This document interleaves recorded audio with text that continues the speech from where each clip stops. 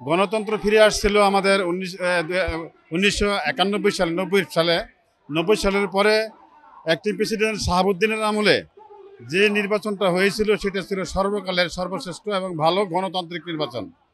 ঠিক আছে, এরপর থেকে নির্বাচনগুলা একটু এলোমেলো হয়েছিল। সবচেয়ে আমি বলবো যে সবচেয়ে সঠিকভাবে ভোটাধিকার প্রয়োগ করেছিল 1991 সালের যে প্রথম গণতান্ত্রিক সরকারটা আসছিল, তখন এরশাদ সরকারের পতনের পরপরই।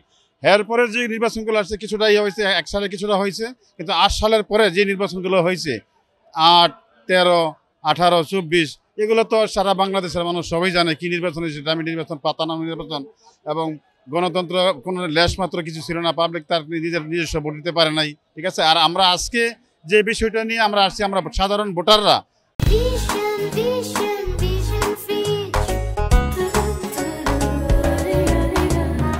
হোমনা মেঘনার সাধারণ ভোটাররা স্বভাবতই হোমনা এবং মেঘনাকে চাওয়ার কারণ একটাই কারণ যে আমাদের ভৌগোলিকভাবে আমাদের হোমনা এবং মেঘনার সাথে একটা আধ্যাত্মিক একটা আত্মার একটা সম্পর্ক আছে।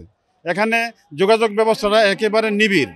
2টা ব্রিজ হওয়ার পর থেকে যোগাযোগ ব্যবস্থার কোনো বিচ্ছিন্ন নাই। এখানকার লোকজন অনবরত হোমনা এবং মেঘনার লোকজন একেবারে প্রতিনিয়ত যাতায়াত আছে। আমাদের হোমনা এবং মেঘনার সাথে সবার সাথে একটা সখ্যতা গড়ে উঠছে, রাজনৈতিক, ভৌগোলিক, প্রশাসনিক। যেমন আমাদের সার্কেল, একটা প্রশাসনিক পুলিশ সার্কেল হোমনা মেঘনা। আমাদের খাদ্য গোডাউন থেকে যে গম চালগুলো আনে সেটাও হোমনা থেকে গিয়ে আনতে হয় মেঘনার। অতএব আমরা কিন্তু দাওয়াত গিয়ে আনি না।